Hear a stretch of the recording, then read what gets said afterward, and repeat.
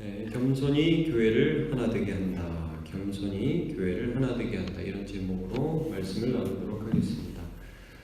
이제 성탄절 전후에서 예수님의 오심에 대한 말씀을 우리가 함께 살펴보고 있는데요. 이제 빌립보서 2장에서는 예수님께서 하늘의 영광을 버리시고 이 땅에 오셔서 결국에는 하나님께 끝까지 순종하시고 복종하시고 또 하나님의 높임을 받으신 이 일을 우리가 보면서 예수님의 마음을 품어야 된다라는 말씀을 해주고 있습니다. 이제 어떤 배경에서 좀 그러냐 하면 이 빌립보 교회가 좋은 교회였죠. 고난 가운데서도 하나님을 따르고 예수를 믿는 참 좋은 교회였습니다. 그런데 이 빌립보 교회 안에 한 매분이 좀 있었던 것 같아요. 그래서 나중에 여러분 4장 2절을 보면 이런 말씀이 있어요. 내가 유오디아를 권하고 순두개를 권하노니 주 안에서 같은 마음을 품으라. 이런 말씀이 4장에 가면 나옵니다. 그리고 여러분 그 2장 우리 본문 조금 앞에도 보면 2장 2절에도 어떻게 나오냐, 마음을 같이하여 같은 사랑을 가지고 뜻을 합하여 한 마음을 품으라. 이런 말씀을 하죠. 그러니까 교회 내에 어떤 분열이 좀 있었던 것 같아요. 파당이 있었던 것 같아요. 이 사람 저 사람 파가 있고 둘 다 열심히 하는 사람들이고 둘 다 교회를 사랑하는 사람인데 이게 마음이 합해지지가 않는 그런 모습들을 바울 사도가 전해 들은 것으로 보입니다. 그러면서 교회를 하나 되게 할 때 너네가 품어야 될 마음이 무엇이냐. 그래서 여러분 14절에도 이렇게 나오죠. 2장 14절에도 보면 모든 일을 원망과 시비가 없이 하라. 이렇게 말씀을 합니다. 아마 말이 많았던 것 같아요. 교회 안에. 그래서 우리가 이 하나된 교회 공동체로서 어떤 하나님의 일들을, 하나님의 뜻들을 세워감에 있어서 어떤 마음을 가지고 함께 생활을 해야 되는가 하는 것들을 말씀 속에서 설명해 주고 계신데, 겸손이라는 것입니다. 그것이 예수님이 어떻게 하시느냐. 오늘 본문을 보시죠. 5절부터 우리가 봤지 않습니까? 너희 안에 이 마음을 품으라. 예수님이 어떤 마음을 가졌느냐? 예수 그리스도의 마음이다. 자, 근본은 하나님의 본체, 하나님 안에 계신 하나님, 하나님 아버지 안에 계신 독생하신 하나님이시잖아요. 근데 하나님이 하나님과의 동등됨을 취하셔도 된다. 이 취한다는 말이 이제 강탈한다, 뭐 빼앗는다 이런 말의 원어가 근원이 있어요. 그래서 나 하나님하고 똑같은데 나 그냥 내가 하나님인데 나 여기 있어도 돼. 이렇게 하실 수 있다는 거예요, 여러분. 예수님이 그 영광을 그냥 하나님 주신 영광을 취할 수 있는 분인데 그렇게 하지 않았다는 거예요.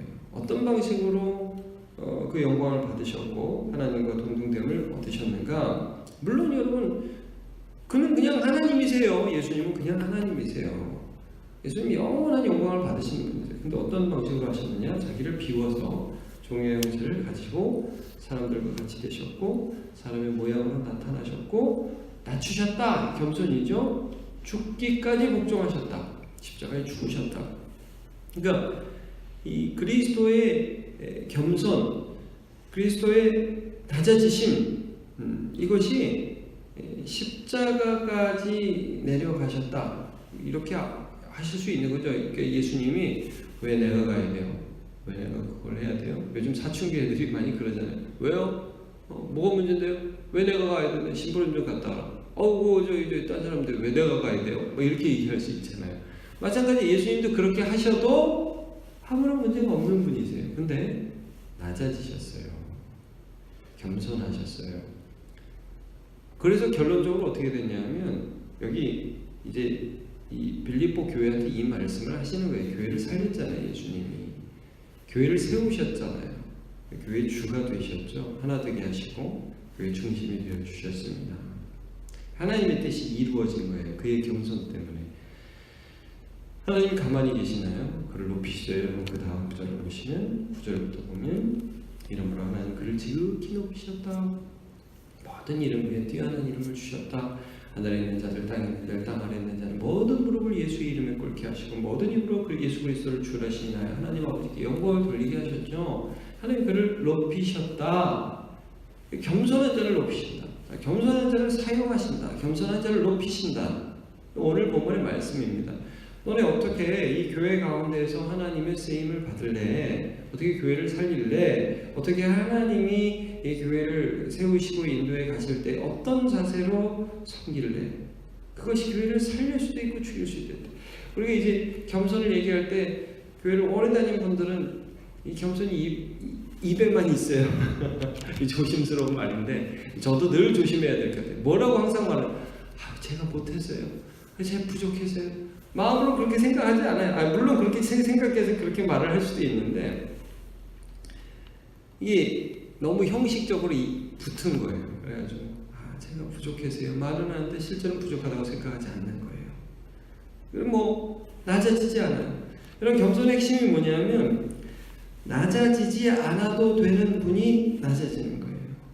내가 굳이 그걸 할 필요가 없는데 예수님을 본받아서 그 자리에 가는 거예요. 그리고 생색내지 않는 겁니다. 그리고 말하지 않는 거죠. 그러면 그런 사람이 있는 공동체는 주 안에서 살아납니다. 근데 이게 그 자리에 가면 그냥 막 따발총처럼 말이 나오고 내가 왜 여기 있어야 되는지 모르겠다 그러고 이제 그 똑같은 정당성의 논리를 대면서 하게 되면 교회가 이제 서지 못하게 되죠.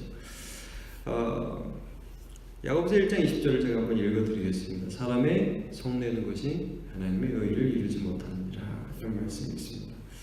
또 예수님께서도 이 부분을 누누이 이렇게 설명하셨습니다. 자, 요한복음 14장에 보면 13장에 보면 14절 15절에 예수님 발을 씻기시면서 이렇게 말씀하셨지 않습니까?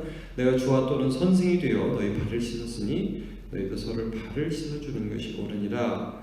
내가 너희에게 행한 것 같이 너희도 행하게 하려 하여 본을 보였노라. 여러분, 우리가 낮아지지 않아도 되는 사람이고 자존심 세워도 될 사람일 수 있습니다. 좋습니다. 그런 사람이 낮아져야 됩니다. 그런 사람이 겸손해야 합니다. 그러면 하나님이 그 사람을 써서 교회를 살려주신다고요. 저 사람 저렇게 할 사람이 아닌데 왜 저러지? 그런 공동체가 살아난다는 거죠. 그리고 그렇게 살아가면 공동체만 살아나는 게 아니라 결국 하나님이 그 사람을 존귀하게 하신다. 이 성경의 말씀이죠.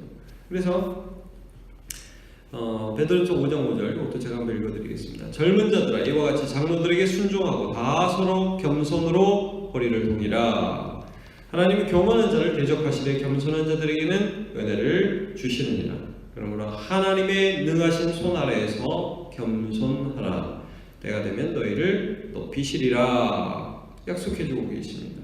잠언 18장 12절 사람의 마음의 교만은 멸망의 선봉이요 겸손은 존귀의 길잡이니라 말씀을 합니다. 여러분 하나님께서 오늘도 예수님을 사용해서 예수님을 통해서 세상을 구원하시고 교회를 세우신 것처럼 예수 안에 겸손한 주님의 사람 통해서 교회를 세우시고 또 그를 존귀하게 하실 것을 믿음으로 기꺼이 겸손해지는 영광의 제자의 삶을 사시기를 축복합니다. 기도하겠습니다. 하나님이 이 땅에 오신 예수 그리스도를 생각하면서 우리는 겸손을 기억하게 됩니다.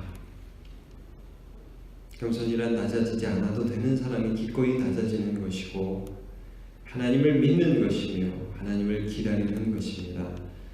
그러다 우리가 이 빌립보 교회의 분열 속에서도 예수 그리스도의 마음을 품으라고 한 예수 그리스도의 이 메시지 사도 바울을 통한 그리스도의 마음을 품으라는 이 메시지를 마음에 담아서 하나님 어떤 공동체 어떻게 살아가더라도 주 예수의 마음을 품어서 기꺼이 낮아지고 그리고 그 기꺼이 낮아진 자리에서 주님만 증거하고 하나님만 나타내는 그런 주님의 도구로 사용되게 하여 주옵소서. 오늘도 이름도 빛도 없이 주님을 섬기며 하나님만 바라는 우리 성도들을 붙들어 주시사 때가 되면 하나님이 너희를 높이시리라 한 그 말씀처럼 하나님 영광스럽게 하시고 존귀하게 붙들어 주옵소서. 감사드리며 예수님의 이름으로 기도합니다.